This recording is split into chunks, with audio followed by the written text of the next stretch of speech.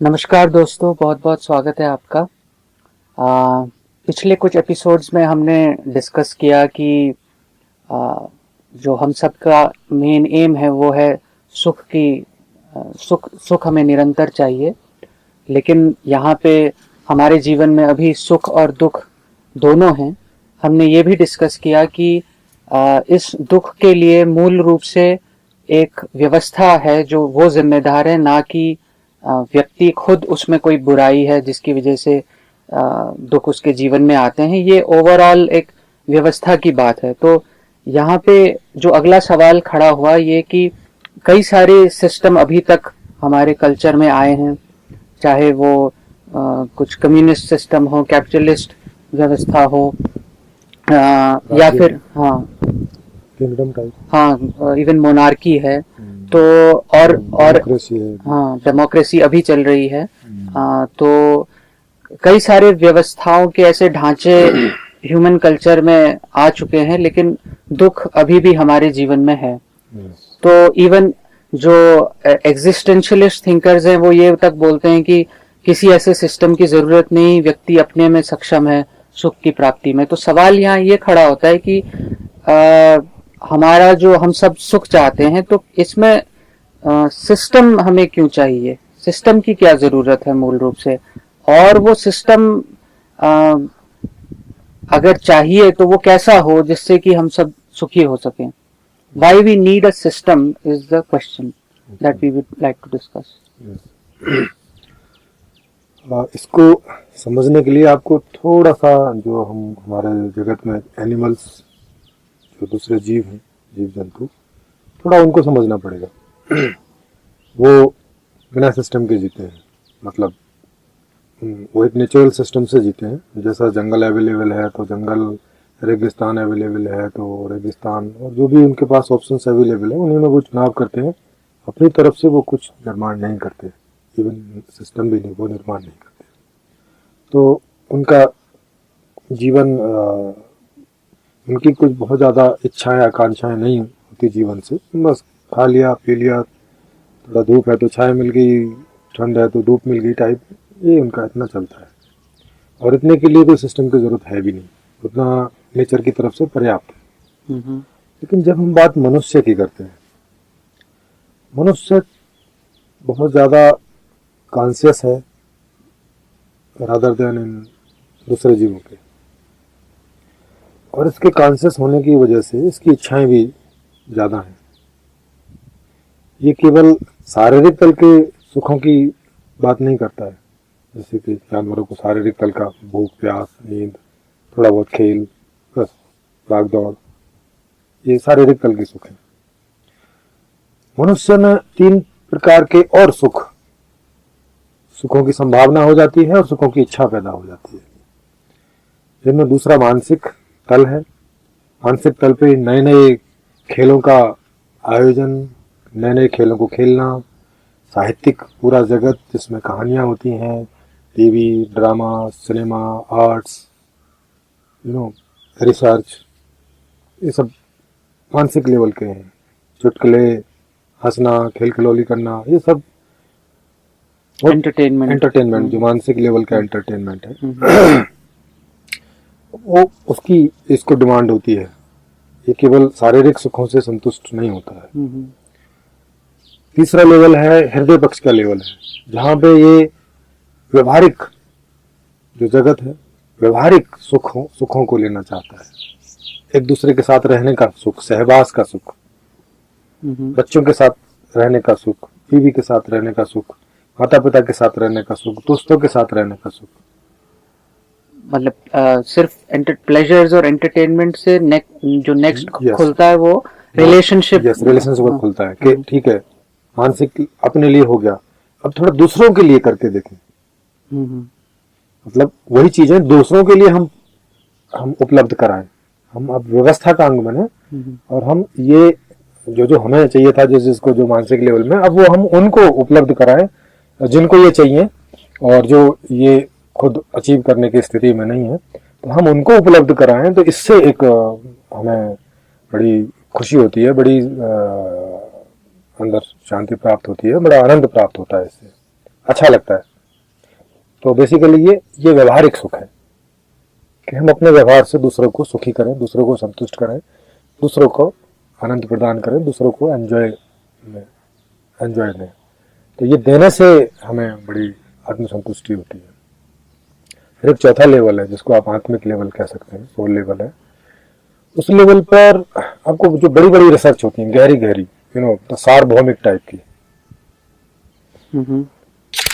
वो पूरा स्ट्रक्चर देते हैं, वो पूरी एक फिलॉसफी देते हैं, पूरा जीवन दर्शन देते हैं, क्या हो, क्यों हो, किस लिए हो, कैसे हो, वो सब उस पर काम करते हैं वो, जिसमें आपके जो भौतिक और आध्यात्मिक और आधिदैविक लेवल के सब साइंटिस्ट भी आ जाते हैं, जो ऐसी ऐसी खोजें करते हैं जिनसे आपके जीवन के जो सुख हैं वो बढ़ने लगते हैं हर लेवल के। वो टेक्नोलॉजी देंगे, लॉन्ग लास्टिंग देंगे, जो आपके एंटरटेनमेंट को हर लेवल पर और बढ़ाती चली जाती है। तो ये जो चारों लेवल के सुख हैं, ये आप बिना सिस्टम के इनको पैदा नहीं किया जा सकता, क्योंकि इसमें सहभागिता चाहिए होती है। एक पर्सनल लेवल का, एक स्थूल लेवल का सुख छोड़ दिया जाए, वो भी जानवर के लेवल तक का, अगर उससे ज्यादा के लेवल का चाहिएगा तो फिर आपको व्यवस्था की जरूरत पड़ेगी। तो बाकी की व्यवस्थाओं के लिए सहयोग होना जरूरी है, क्योंकि ये प्रकृति हमें वो प्रोटेक्शन नहीं देती जिससे ये बाकी के आनंद प्राप्त होते हैं। इनके लिए हम ही को प्रोटेक्ट करना पड़ता है, चाहे वो खेल का निर्माण करना पड़े, चाहे वो कपड़ों का निर्माण करना पड़े, फैशन का निर्माण करना पड़े, चाहे वो और दूसरी तरह तरह की चीज़ों का निर्माण करना पड़े, खाने पीने की, देखने की, छूने की, खेलने की, बहुत सारी चीज़ें। फिर दूसरों के लिए मतलब व्यवहारिक जगत में फिर सारा पूरा रिसर्च वर्ल्ड है वो सारा। तो ये जो तीनों तल हैं बाकी के, ये सहयोग के बिना संभव नहीं है। मतलब जैसे आप एजुकेशन को ही ले लें, अब एजुकेशन व्यक्तिगत लेवल पर संभव नहीं है। अब हर व्यक्ति के लिए मतलब अगर उसको कोई दूसरा पढ़ाएगा नहीं, आप एक ऐसा स्कूल नहीं खोलेंगे कि जहाँ पे उन सबकी एजुकेशन होती हो, तो वो उस व्यवस्था के बिना संभव नहीं है। हर माँ बाप अपने अपने बच्चों को पढ़ाने के चक्कर में पढ़ेंगे तो हर माँ बाप तो ट्रेंड होते नहीं, हर माँ बाप तो सब कुछ जानते नहीं, तो वो पॉसिबल नहीं होगा कि जो वो जान गए हैं उसको कैसे अगली पीढ़ी को कैरी करें। तो हर बार अगली पीढ़ी को अपने लिए अलग से एलोबरेट करनी पड़ेंगी चीज़ें, और हर बार करेंगे तो कितनी सी होंगी, मामूली सी होंगी, क्योंकि उसमें ऐसा नहीं होगा कि आपके पिछली पीढ़ी जितना कर गई आप वहाँ से अब आप आगे चलो, वो आपको कैरी कर गई एजुकेशन के द्वारा, स्कूल के द्वारा। तो ये इसलिए व्यवस्था की जरूरत होती है। लेकिन हम देख रहे हैं कि क्योंकि हम एक कल्चरल ट्रेडिशन का पार्ट रहते हैं, तो हमारे दुखों के कारण भी अभी एक बड़ा हिस्सा है कि सिस्टम जनित ही है।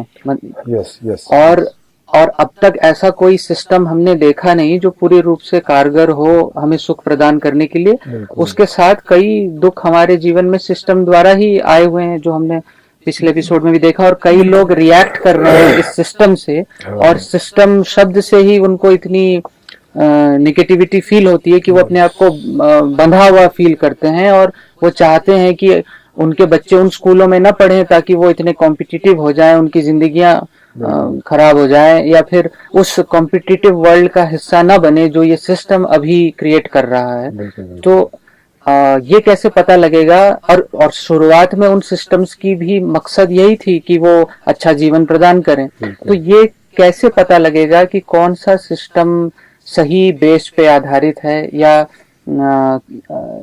ये इस पे आगे कैसे बढ़ा जाए? क्योंकि ये तो समझ में आ रहा है कि हमें जो प्लेजर्स चाहिए उसके लिए एक व्यवस्था की जरूरत है, लेकिन अब तक तो वो कोई ऐसी व्यवस्था हमें प्रदान नहीं कर पाई है जो सब रूप से हमें सुखी करे।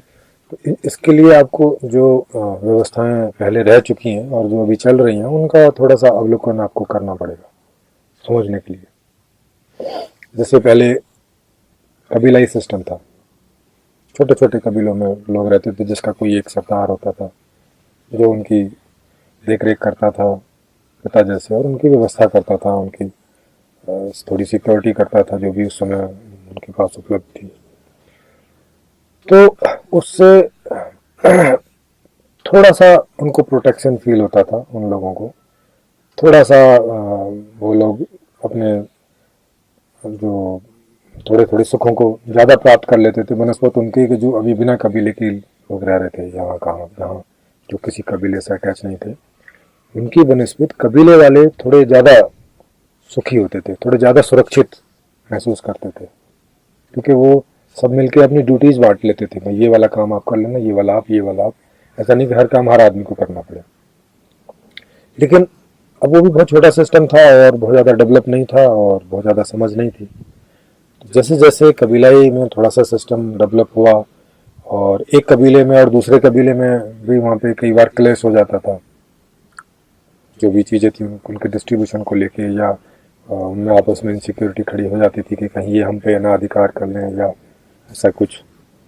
और कई कबीले के सरदार ऐसे होते थे कि उनको लगता था कि थोड़ा अपना दायरा बढ़ाओ, अभी तो कबीले में 50 लोग हैं तो थोड़ा अगर 250 लोग हो जाएंगे तो ज़्यादा अच्छा होगा, ज़्यादा हम सुरक्षित हो जाएंगे, थोड़ा ज़्यादा जो है हमारी व्यवस्था बढ़ जाएगी, इस तरह से करके। तो कई बार विस्तारवाद के चक्कर में अभी वो, क्योंकि उनका गलत तरीका थोड़ा गलत होता था फाइट वाला, तो वो भी एक क्लैश खड़ा करते था। बातचीत से करते तो ज़्यादा बेहतर होता। तो एनी हाउ धीरे धीरे ये स्थिति किंगडम तक पहुंची। वो जो कबीले हैं उनमें जैसे भी करके कुछ लड़ाई से कुछ बातचीत करके एक बड़े बड़े किंगडम बनने लग गए, लाखों लाखों लोगों के। हाँ, फिर साम्राज्यवाद आया। हाँ, लेकिन समस्या वहां पर भी वही रही, उनको भी लगा कि अभी और बड़ा हो जाए तो ज्यादा सुरक्षित हो जाएंगे। वो लीक वही रही सोचने की, ट्रेंड जो है सोचने का और डेवलप होने का ट्रेंड वही रहा। उस समय तक स्कूल कोई बहुत ज्यादा नहीं खुले, कुछ कुछ लोगों को लगता था कि टीचिंग टाइप होनी चाहिए, तो वो पर्सनली अपने कुछ एक घर में ही खोल लेते थे और लोगों को बोल देते थे भाई जिनको कुछ बच्चे भेज दो, कुछ हम थोड़ा सा सिखा सकते हैं, कुछ कुछ कुछ युद्ध नीति सिखा दें, कुछ जानवरों से बचने की फाइटिंग सिखा दें, कुछ नो इनसिक्योरिटी से बचने की, इस तरह की कुछ कुछ ऐसे ऐसे एजुकेशन स्टार्ट हुई। फिर जब और थोड़ा सा संगठित हुए, माने और बड़े किंगडम हुए, और कभी कभी ऐसा भी लगा कि एक राजा ने लगभग बहुत सारे राज्यों को जीत लिया और बहुत बड़ा किंगडम हो गया, तो वहाँ पे जो कुछ बुद्धिजीवी लोग थे जो संगठित हुए, उनको लगा कि नहीं यार, ये इस तरह से तो फाइटिंग कर करके कोई मीनिंग बहुत निकलता नहीं और उसको चलाना मुश्किल पड़ जाता। जीत तो लिया ठीक है, कई राजाओं ने जीता, लेकिन उसको वो कैरी नहीं कर पाए। जैसे वो वहां से गए वो फिर वहां की वहां वही हालत हो गई। तो फिर कुछ लोगों ने सोचा कि कोई चक्रवर्ती सम्राट हो, कोई ऐसा विश्व का एक राजा हो जो बाकी राजा जिसकी अनुसार चले। ये हिस्ट्री में आता है पुराने टाइम की में, मान लीजिए जैसे कौरव जो महाभारत, और उसमें कभी कभी दिखता है कि कोई कोई चक्रवर्ती सम्राट टाइप हो, कुछ थोड़ा बहुत सुख और बढ़े भी उनके टाइम में, लेकिन वो व्यक्तिवादी होकर रह गए। जैसे वो राजा गया तो फिर से वो पहली वाली स्थिति आ गई, वो ज्यादा दिन कैरी नहीं हुई। फिर उसका भी पतन होते होते वो भी ढीला पड़ा साम्राज्यवाद जो था, और फिर लोगों ने सोच बदली। तो लोगों ने सोचा कि नहीं, कुछ कुछ कुछ डेमोक्रेसी टाइप आए, या कुछ न बुझा कुछ साम्राज्यवाद टाइप आए, इस तरह की कई आइडियोलॉजी लोगों के द्वारा इस समाज में आई, जिन पर कहीं कहीं काम हुआ और उनसे पहले के बनस्पत ज़्यादा सुख बढ़े। जब आप उसको देखेंगे तो पहले से ज़्यादा सुख बढ़े, टेक्नोलॉजी बढ़ी हर लेवल की, लेकिन फिर भी पूरी तरह से हुआ नहीं, और इनसिक्योरिटी फिर भी कोई ना कोई लेवल पर बनी रही, थोड़ा कम हुई पहले से। और फिर ये डेमोक्रेसी आई आज के समय में जो आप देख रहे हो। ये डेमोक्रेसी साम्राज्यवाद से, या जो किंगडम टाइप है, उनसे कहीं ज़्यादा सुखी अवस्था देने में सक्षम रही है, ज़्यादा स्वतंत्रता देने में सक्षम रही है, ज़्यादा एजुकेशन देने में सक्षम रही है, ज़्यादा टेक्नोलॉजी डेवलप हो गई है। आप देख ही रहे हैं जैसे इन पिछले 30-40 साल में कितनी टेक्नोलॉजी डेवलप हुई है, और कुल ये जमा डेमोक्रेसी कुल 50-60 साल की ही है पीछे, ज़्यादा पुरानी नहीं। अब अगला कदम क्या होगा? यस, लेकिन अभी भी सब लोग महसूस कर रहे हैं कि अभी भी बहुत सारी समस्याएं हैं जिनका इस डेमोक्रेसी में, जो अभी जिसको हम डेमोक्रेसी कह रहे हैं, इसमें उनका कोई आंसर, कोई समाधान दिखाई नहीं पड़ रहा है। बहुत लोग ट्राई कर रहे हैं बहुत लेवल से। तो मैंने अपने जीवन में इन सब चीज़ों को देखते हुए एक ऐसा सिस्टम बनाया जिसको आप कहने को कह सकते हैं कि परफेक्ट डेमोक्रेसी। एक ऐसी डेमोक्रेसी जिसको आप कह सकेंगे कि पूर्ण रूप से उसका पूर्ण रूप है। अभी जो हम मिस कर रहे हैं इस डेमोक्रेसी में, वो आप उसमें मिस नहीं करेंगे। और वो डेमोक्रेसी आने पर ये जितनी भी अभी आपकी जो समस्याएं पैदा हो रही हैं, जिनके समाधान में लोग इतने ज्यादा लगे हुए हैं, वो समस्याएं उस सिस्टम में पैदा ही नहीं होंगी। जिन कारणों से ये समस्याएं पीछे रही हैं और अभी भी इस सिस्टम में बनी हुई हैं, मैंने उन कारणों का ही निराकरण कर दिया है। उन कारणों को ही मैंने उस व्यवस्था में उठने ही नहीं दिया है। तो ये तो मैं डिटेल में आगे के जो वीडियोस हैं उनमें डिस्कस करूंगा कि किस तरह से मैंने उसको सेट किया है। लेकिन उस सेटिंग का जो बेस है वो ये है कि हम सभी का अल्टीमेट एम है आनंद प्राप्त करना। और आनंद का मतलब है कि हम जितने भी तरह के सुख चाहते हैं, वो सुख हमें एक विद इन टाइम फ्रेम हमें वो प्राप्त होते रहे, तो हमारी सुख की अवस्था लगातार बनी रहती है। इस बात को मद्देनजर रखते हुए मैंने चारों प्रकार के सुखों को किस तरह से उनका निर्माण हो और किस तरह से उनका विभाजन हो, लोगों तक हो, डिस्ट्रीब्यूशन हो, वितरित हो, उसको पूरा सेट किया है। चाहे उसमें आपकी एजुकेशन है, चाहे उसमें आपका रोजगार है। एजुकेशन मतलब सारे प्रकार की एजुकेशन, सारे प्रकार के रोजगार, सारी प्रकार की सुख सुविधाएं और सारी प्रकार की सिक्योरिटीज। और केवल मनुष्य जगत को ही नहीं, इस संपूर्ण जगत को, जिसमें आपके दूसरे भी पशु पक्षी भी आ जाते हैं, जिसमें आपके जो ये लाइफ सर्कल है, जो जड़ चीजों के भी, पानी के, इनके, वो भी सब उसमें बैलेंस, वो भी सिक्योरिटी के तहत आता है। क्योंकि कहीं पर भी कुछ भी प्रॉब्लम होती है तो उसका इफेक्ट सभी पर आता है थोड़ा बहुत। तो कहीं पर भी कोई दिक्कत बचेगी तो उसका इफेक्ट हम लोगों को दुख के रूप में उठाना पड़ेगा। तो कैसी एजुकेशन हो, एजुकेशन पॉलिसी कैसी हो। हाँ, मतलब कुल मिला के आप ये बोल रहे हैं कि जितनी अभी समस्याएं हैं, हाँ, वो सभी एक दूसरे से जुड़ी हुई हैं। यस, और क्योंकि हम मानव समाज, क्योंकि एक सोसाइटी की तरह जिंदा रहता है और वो हमारे सारे सुख एक दूसरे पे निर्भर हैं, यस। तो किसी एक जगह पे अगर हम कुछ गड़बड़ी करेंगे तो उसका इफेक्ट दूर तक जाता है। और इसका एकमात्र सोल्यूशन है सही सिस्टम। या तो सही सिस्टम है, उसको ठीक कर दो, या नहीं है, या तो नहीं है। और जितना आपके सिस्टम में प्रॉब्लम होगी, उतने आपको सफरिंग होगी। उसको आप बहुत कुछ सोल्यूशन करके थोड़ा बहुत डायल्यूट कर सकते हैं, उससे ज्यादा उसका असर नहीं पड़ता जब तक आप मूल में उसको ठीक नहीं करेंगे। मूल में आप ठीक कर दीजिए, और मूल मतलब सिस्टम जिससे ये सब गवर्न हो रहा है, वहां पे आप ठीक कर दीजिए तो वो गड़बड़ी पैदा ही नहीं होगी और आपको अलग से कोई सोल्यूशन करने की जरूरत नहीं पड़ेगी, और वो फॉर एवर ठीक हो जाती है। इस तरह की चीजें, जैसे इसमें मैं एक छोटा सा उदाहरण दूं। जैसे अभी एक जैसे डिमांड और सप्लाई की बात है, जिससे चीजों का निर्माण होता है, प्रोडक्शन और उनका वितरण निर्भर करता है। तो डिमांड एंड सप्लाई आप सब लोग समझते हैं।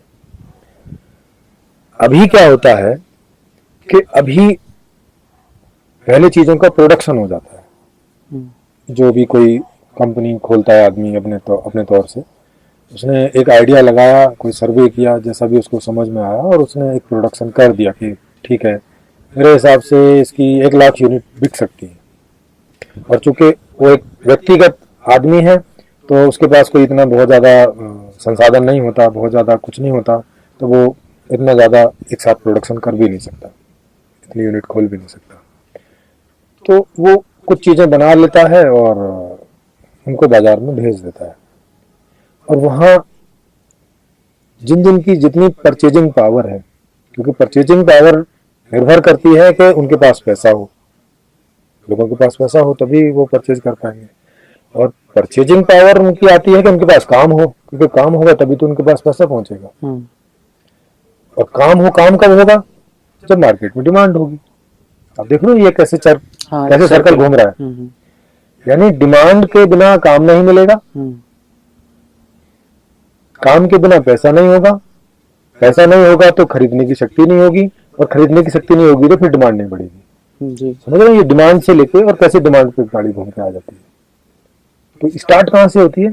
सीधी सी बात है, इसको स्टार्ट करने के लिए आपको डिमांड एंड सप्लाई दोनों एक साथ करनी पड़ेगी, और डिमांड से स्टार्ट करना पड़ेगा। तो अभी भी तो मार्केट में अभी डिमांड से नहीं होता। अभी मार्केट में जो कंपनी प्रोडक्शन दे रही है उसके पास कितना संसाधन है, इससे तय होता है कि वो कितना प्रोडक्शन करेगी। डिमांड उसकी सेकेंडरी चीज है। वो डिमांड का असेसमेंट करते हैं, लेकिन अपनी एक रिस्क पे वो मार्केट में जाते हैं, उनका रिस्क रहता है। और दूसरा ये है कि डिमांड डिपेंड करती है लोगों की परचेजिंग पावर पर। मान लीजिए जैसे मोबाइल ही है, ये आपका जो एंड्रॉइड मोबाइल आता है 10,000 का 20,000 का है, लोग तो महंगा भी खरीदने को तैयार है, लेकिन उनकी परचेजिंग पावर नहीं है। अब परचेजिंग पावर नहीं होने से जो एक्चुअल डिमांड होनी चाहिए वो नहीं होती। अगर नहीं होती तो कंपनियां अब बना के क्या करेंगी? वो नहीं बना पाती हैं। नहीं बना पाती हैं तो इस वजह से उसकी कॉस्ट भी आ जाती है। थोड़ी चीजें अगर आप बनाओगे तो वो कॉस्टली भी ज्यादा हो जाएगी। अदरवाइज जो अभी 30,000 का मोबाइल आता है फर्स्ट क्लास बढ़िया वाला, वो आपको 3,000 में मिल जाएगा। अगर प्रोडक्शन बढ़ जाए, अगर 1 लाख प्रोडक्शन की बजाय 10 लाख या 1 करोड़ मोबाइल बने तो प्रोडक्शन कॉस्ट भी बहुत नीचे आ जाएगी, और सबकी परचेज में भी आ जाएगा, और डिमांड भी बढ़ जाएगी। डिमांड बढ़ जाएगी तो 1 करोड़ मोबाइल चाहिए तो काम भी बढ़ जाएगा, तो काम भी बढ़ जाएगा तो जॉब भी बढ़ जाएंगे, तो फिर से परचेजिंग का उनकी पावर बढ़ जाएगी दूसरी चीजों के लिए। समझ रहे हैं कैसे चक्कर घूम रहा है? ये चक्र तो समझ में आ रहा है। आपका पॉइंट क्या है इस हाँ, तो ये मैं एक थोड़ी झांकी दिखा रहा हूँ, आपको बता रहा हूँ कि मैं जो सिस्टम बना रहा हूँ उसमें डिमांड एंड सप्लाई ऐसे करके काम करेगी कि उसमें पहले सारी डिमांड जान ली जाएगी। लोगों से पूछ लिया जाएगा कि आपकी किस किस चीज की क्या क्या डिमांड्स हैं। तो कुल मिला के आप ये बोल रहे हैं कि अभी की जितनी व्यवस्थाएं अभी भी जो आई हैं वो हम सबको सुख इसलिए न प्रदान कर पाए क्योंकि हमारी डिमांड और सप्लाई की जो हमारी डिमांड्स हैं, हाँ, और सप्लाई नहीं हो रहा, उस हिसाब से प्रोडक्शन, क्योंकि टोटल असेसमेंट, तो सुख कहाँ से मिलेगा? तो हम अपनी जो हमारी जरूरतें हैं वो कभी व्यवस्थित रूप से ऑर्गेनाइज नहीं कर पाए, उस प्रोडक्शन को, उस डिस्ट्रीब्यूशन को, उस जनरेशन को, जिसकी वजह से हम कभी जिसकी वजह से इनसिक्योरिटीज जन्म ली, और वो इनसिक्योरिटीज को फर्दर जन्म दी, और कॉम्प्लेक्सिटी खड़ी हो रही है। ये साइकिल में कहीं अवरोध पैदा हो गए, जो क्योंकि ये डिमांड और सप्लाई का साइकिल जो है वो वेल मैनेज्ड नहीं था। तो ये एक झांकी है उस मैनेजमेंट की जिससे कि सबको सुख प्राप्त हो सकता है, जिसमें डिमांड एक सप्लाई एक मेजर पॉइंट है। और इसमें किस तरह से जो वित्त पॉलिसी काम करेगी, किस तरह से करेंसी होगी, उसकी क्या डेफिनेशन होगी, वो कैसे ड्रिवन करेगी, वो कैसे रिलेट करेगी, ये सब मैंने उसमें डाला है। तो जब तो नए रूप से परिभाषित होगी कि इन सब की मैनेजमेंट। यस, करेंसी अभी जैसा काम करती है वो ऐसा नहीं करेगी, अभी जैसे ड्राइव होती है वो वैसे ड्राइव नहीं होगी। वो मैंने उस ढंग से उसमें उसको ड्राइवन किया है कि सबको काम मिल जाएगा एक ही समय पे। ऐसा नहीं कि ये कोई 10 साल बाद होगा कि 50 साल बाद होगा। ये सेम टाइम आपको डिमांड एंड सप्लाई ये सेम टाइम होने लगेगी। सब डिमांड होने लगेगी का मतलब आप समझ लो कि मैंने करेंसी को उसमें इस तरह से डाला है कि आप सेम टाइम डिमांड कर सकते हैं। आपकी डिमांड करेंसी पर, आपके पास करेंसी है कि नहीं इस बात पर डिपेंड नहीं करेगी। मैंने करेंसी को इस तरह से सेट किया है। चलिए इसको और गहरे से हम अगले एपिसोड्स में डिस्कस करेंगे, करेंसी की क्या वैल्यू है, क्या मतलब है, और जो भी नए रूप से जो परिभाषित किए जा रहे हैं जो डेफिनेशंस। तो कुल मिला के आज हमने इस डिस्कशन से कुछ ये पाया कि एक सुचारू व्यवस्था हमें अपने सुखों तक पहुंचा सकती है। अगर आपको इस डिस्कशन में कुछ आपके प्रश्न उठ रहे हैं तो आप हमें ज़रूर मैसेज कीजिए, हम उसको अपने अगले डिस्कशंस में फिर एड्रेस करना चाहेंगे। बाकी आज के देखने के लिए धन्यवाद। आप सभी का बहुत बहुत धन्यवाद।